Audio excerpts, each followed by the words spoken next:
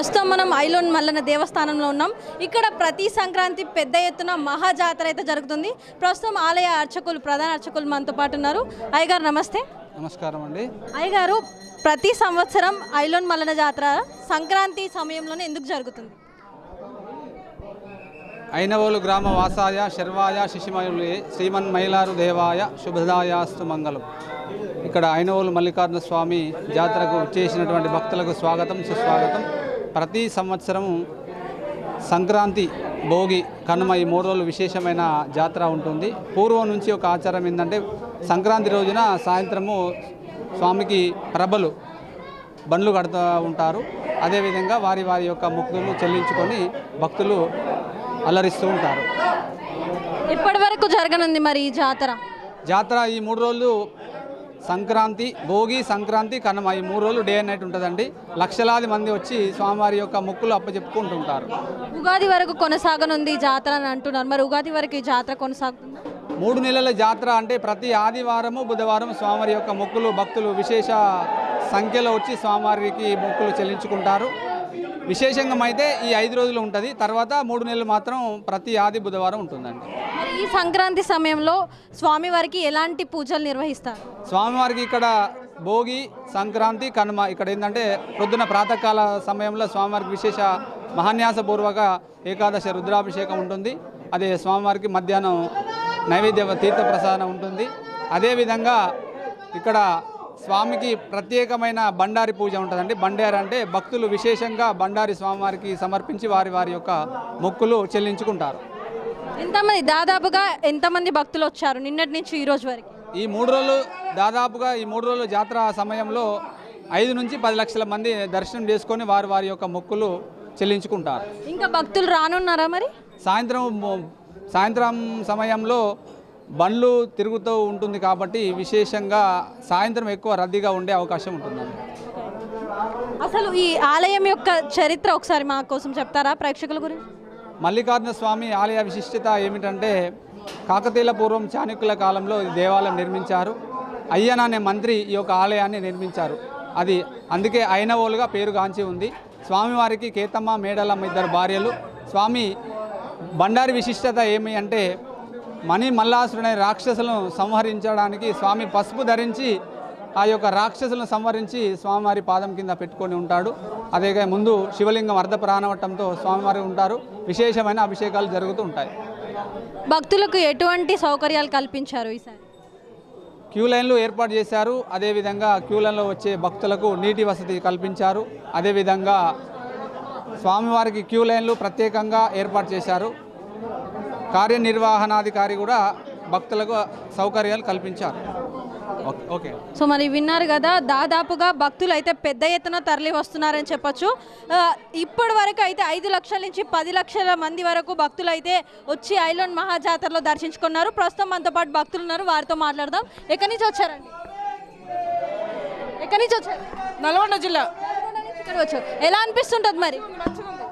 So మరి ఇక్కడ అంటే తెలంగాణలో నల్గొండ నుంచి అంటే పక్క డిస్ట్రిక్ట్స్ నుంచి కూడా వచ్చి భక్తులు పెద్ద ఎత్తున ఐలోన్ మల్లన్న జాతరలో దర్శించుకొని ఉన్నారు. ఐలోన్ మల్లన్న జాతరలో ఒగ్గు పూజారుల పాత్ర ముఖ్యమైనదని చెప్పవచ్చు. అంటే ఈ పూజారులు అనేవాళ్ళు ఇక్కడ పట్నాలు వేయడం జరుగుతుంది. ప్రతిసారి వీళ్ళు ఇక్కడ భక్తులకి పట్నాలు వేయడం జరుగుతుంది. ఈ పట్నాల ద్వారా భక్తులు మొక్కులు చెల్లించుకోవడం జరుగుతుంది. ప్రస్తుతం మనతో ఒగ్గు పూజారి గారు ఉన్నారు, వారితో మాట్లాడదాం. నమస్కారం అండి. నమస్కారం అండి. అంటే ఏంటిది అసలు ఈ ఒగ్గు పూజారుల ప్రత్యేకత ఏంటి? ఈ పట్నాలు ఎందుకు వేస్తారు? ఒగ్గు పూజార ప్రత్యేకత ఏంటంటే భక్తులు వేలాది మంది ఇక్కడికి తరలిస్తాడు. వాళ్ళ కోరికలు నెరవేర్చాలి, అనుకున్న పనులు కావాలని, ఆరోగ్యం బాగుండాలని, పంటలు పండాలని, అనువుగా పంటలు పండితేనే ప్రజలు బతుకుతారని, మరి కొడుకులు పుట్టాలని, కొడుకులు పుడితే కోళ్ళం కట్టేస్తారు, గనగన మాట్లాడితే గంటలు కడతారు. ఈ పంచరంగుల పట్నాలు వేసి ఈ ఒగ్గు పూజార్లతోని ఈ పంచరంగుల పట్నం కొట్టినాక నైవేద్యం తీసుకొచ్చి నైవేద్యం పెట్టి ఆ దేవునికి మేలు కొలిపి కళ్యాణం చేస్తాం. కళ్యాణం చేసినాక మళ్ళీ అత్యంతలు వేసి వాళ్ళకు దీవించి బండారు బొట్టు పెడతాం. శివగానాలు సుతా అక్కడ శివాల మరికి కిందికి పోయి వాళ్ళు శివగానాలు వేసుకొని లాగులు వేసుకొని వస్తారు. అక్కడ రాకపోతే ఇక్కడ దేవుళ్ళని కలుపుతాం. ఇంకా నానా కష్టాలు ఉంటే అక్కడ 40 ఈగుతారు. ఈ ప్రకారంగా ఒగ్గు పూజార్లము వేలాది మంది ఇట్లా ఈ మా తాతలు తల్లినాటి కాంసం చూత వంశపరంగా ఇదే పూజలో కొనసాగుకుంటా శ్రీ మల్లికార్జున స్వామి దేవస్థానం అయినవోలు ఒగ్గు పూజారి, నా పేరు మధ్య రాజయ్య, పెద్ద మనిషిగా. ఈ ప్రకారంగా మా కొడుకులం కూడా ఇదే పూజల్లో మళ్ళీ ఇట్లనే కొనసాగుతున్నాం. అంటే ఈ ఒగ్గు పూజ చేసేటప్పుడు కథలు చెప్తుంటారు కదా, ఆ కథలో అంటే అసలు ఏముంటుంది అసలు? అంటే కళ్యాణం అంటే ఫస్ట్ శివశివని పూజ చేసి తగ్గించేటి అల్లా, బసవనని పూజ ప్రార్థన చేసేటి అల్లా,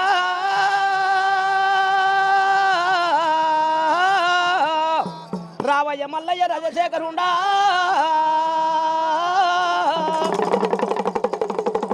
నీది గాబుల కల్లాయే గడియ మేలుకోవు పూలకు అల్లాయే పువ్వుల మేలుకోవు మల్లన్నా,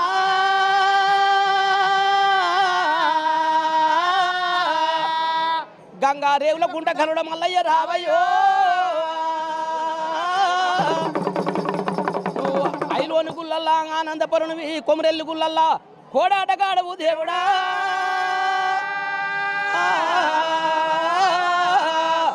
ఓదలా గుల్లల్లా ఓయారి కాడవు మల్లయ్యో, నీవు మైసచ్చి పొగదాగి మండల మేలుతున్నవా దేవుడా, సాంబారేని పొగదాగి సవలోక మేలుతున్నవా మల్లయ్యో. ఈ ప్రకారంగా దేవుని మేలుకొల్పి కథ చెప్తాం. ఒక పావు గంట 10 నిమిషాలు కథ చెప్పినాక తర్వాత వాళ్ళకి అత్యంతలు పెడతాం. వాళ్ళకి అత్యంతలు పెట్టి అందరికీ అటువంటి దేవరాజు దేవదేవుడు మల్లయ్యనేవి మరి దాన కంకణం కట్టుకొని దానమంట మల్లయ్య, మరి అడిగిన వారికి అదే దానం, అడిగిన వారికి అదే దానమేమి, మరి ఓ దానం భూదానం ఉత్తర దానమైనా ఈ ప్రకారంగా దాన ధర్మములు చేసుకుంటే మల్లయ్యనేవి మరి కోరిన వారికి కొడుకులు ఓడిగట్టి, అడిగిన వారికి బిడ్డలు ఓడిగట్టి, మరి కోరిన వారికి కొంగుల బండారనేవి, మరి సినలి బిడ్డ సిరి సంపద ఉండి పెద్దల మీ ఇంట్లో పెళ్ళిళ్ళు కోరి మరి కనుక వస్త్రములు కలిగి పుత్రాభివృద్ధి కలిగి మరి దేవతా భక్తి కలిగి దేవుని కరణ కలిగి మరి వచ్చిన భక్తులందరూ 5 ఏళ్ళ హస్తముతోని అచ్చదలు పట్టుకొని మరి మల్లయ్యకు కేతమ్మకు బలి మేడలమ్మకైనా మరి అచ్చతలు వేసడానికి సిద్ధంగా ఉండాలి. దేవత కళ్యాణమా దేవత కళ్యాణమా, ఇక దేవాలయ చదువుల పెళ్ళిళ్ళ నాడు దేవత కళ్యాణమా,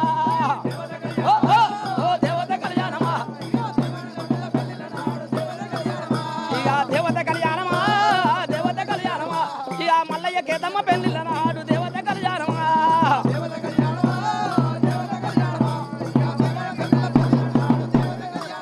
అటువంటి మల్లయ్యకు తల్లి మామిడి కింద తలవాలు పోసినారు,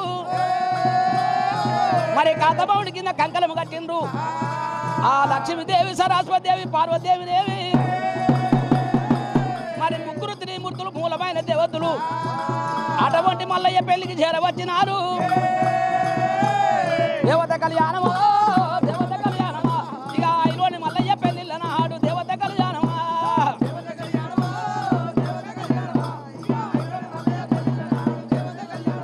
ఓయ్ ధనము ధాన్యము ధనపుత్ర లాభం తదేవ లగ్నము తారాబలము దీర్ఘమాయురాశ్రము జగదానవం పతి పార్వతిరా కోటి. ఈ ప్రకారంగా అంటే ఈ కథ అంతా కూడా మల్లికార్జున స్వామి వారి కథేనా? ఈ కథ అంతా మల్లికార్జున స్వామి కథే. అంటే మల్లన్న దేవుడు పుట్టింది పెరిగింది పెళ్లి చేసుకున్నది అక్కంతోని ఫస్ట్ భార్యను పద్మాలదేవిని పెళ్లి ఆడతాడు, ఆ తర్వాత బామని రత్నాంగిని పెళ్లి ఆడతాడు. ఈ నరగణలు నాకు దగ్గరు నేను లోక కళ్యాణానికి వచ్చినని అప్పుడు దేవగణాలు పట్టుకుంటాను అంటాడు. ఈ నరగణలు వదిలిపెడితే అప్పుడు ప్రతిభిక్ష పెడితే చెండుమావుని గుళ్ళ కాడ 303 404 ఉన్ని కంకణ పత్తి కంకణం అని ఈ పూజల్లో నేను కూర్చున్నప్పుడు మీరు పలకబట్టి పట్టం వేయాలి, వేసుకున్న వాళ్ళకి అరకతి పరకతి ఉంటుంది అని ఈ ప్రకారంగా చెప్పి మల్లయ్య మళ్ళా చిలాయి కూర్చుంటానికి పోతాడు. ఏది బలియమేళమని పెళ్లి ఆడతాడు. ఆ తర్వాత అయ్యాల నాకు కష్టం వచ్చింది, రేపు నన్ను మంచట చేడంటది నా భార్య అని అవతారం మారి కుడికాలు కుస్తాది ఎడవకాలు మండి ఈ రసపుడు చేసుకొని బామా బలియమేళ దేవాని పోతాడు. చీచి ఈ గొల్లైన నువ్వు దూరం ఉండంటది అన్నప్పుడు మళ్ళీ భగవంతుడు రేపెళ్ళే వాడకి పోయి గొల్లకేతమ్మను తీసుకొని పెళ్ళాడి అప్పుడు శిలాయి కూర్చుంటప్పుడు వెనుకకు తీసుకున్న భార్యనే ముందుకు కూర్చుని పెట్టుకొని కుడికి ఈ బలియమేడలమ్మనే వెనుక కూర్చుని పెట్టుకొని శిలాయి కూర్చొని భక్తులకు కొరవిస్తాడు. అంటే ఈ కథ అంతా చదువుకుంటూనే భక్తులకి ఈ పట్నం వేయడం అనేది జరుగుతుంది అంతేనా? జరుగుతుంది, పట్నం వేయడం జరుగుతుంది. అంటే మీరు మొత్తం ఎంతమంది ఉంటారు పూజారులు? దాదాపుగా 300 మంది ఉంటాం ఇక్కడ. ఈ అయినవోలు దేవస్థానంలో 300 మంది దాకా ఉంటాం. ఇప్పుడు 300 మంది ఒగ్గు పూజారులు ఉన్నారు. ఒగ్గు పూజలు ఇవాళ 300 మంది ఉన్నాం. అంటే ఇది జాతర ఉన్న సమయంలోనే మీ ఒగ్గి పూజారులకు పని ఉంటాయా? 13, 14 నుండి ఉగాది దాకా ఈ ప్రకారంగా కొనసాగుతుంది ఈ 300 మందితోని. తర్వాత మళ్ళీ మిగతా మేము షిఫ్టింగ్ పెట్టుకుంటాం. అంటే వారం టూ మళ్ళీ బ్యాచ్లు ఇట్లా 4 బ్యాచ్లుగా మార్చుకొని ఇట్లా మేము చేసుకుంటా ఉంటాం. అంటే మీకు ఇలాంటి సమయంలోనే పని ఉంటుందా? తర్వాత మీకు వర్క్ అంటే మామూలుగా ఏదో ఒకటి పని చేసుకుంటాం మేము ఒగ్గు పూజారులం. కేవలం అయితే ఇక్కడ ఈ 3 నెలలు బాగుంటుంది. ఈ 3 నెలల తర్వాత మామూలుగా ఎప్పటికీ నడుస్తుంది. పచ్చ కళ్యాణం నిత్య దూరణం దేవునికి ఎప్పటికీ మామూలుగా పడతాయి, కానీ ఇంత రాదు, కొంచెం తక్కువ వస్తూ ఉంటుంది. అప్పుడు మేము షిఫ్టింగ్ అయి వంతులు పెట్టుకొని ఈ ప్రకారంగా పోతాం అట్లా. ఓకే. సో మరి విన్నారు కదా, ఒగ్గు పూజారులు దాదాపుగా 300 మంది ఒగ్గు పూజారులు అనేది ఈ ఆలయంలో ఏర్పాటు చేయడం జరిగింది. అంటే ఉగాది వరకు ఇలానే ఈ జాతర కొనసాగనుందని ఇక్కడ ఒగ్గు పూజారులు చెప్తున్నారు. మరియు ఒగ్గు పూజారులు ఏంటంటే పట్నం వేసే సమయంలో స్వామివారి కథ మొత్తం ఈ ఒగ్గు పూజారులు పుట్టినప్పటి నుంచి పెళ్ళయి ఆ తర్వాత కూడా కథ ఏదైతే ఉందో అదంతా కూడా ఇక్కడ ఒగ్గు పూజారి అనేది ఈ కథలో అయితే వివరించనున్నారు, భక్తులకు తెలియజేయనున్నారు. ఇలానే భక్తులు ప్రతిసారి వచ్చి కోరిన కోరికలు నెరవేరిన తర్వాత నెరవేరుతాయని వచ్చి భక్తులు ఇక్కడ పట్నాలు వేయడం అయితే జరుగుతుంది.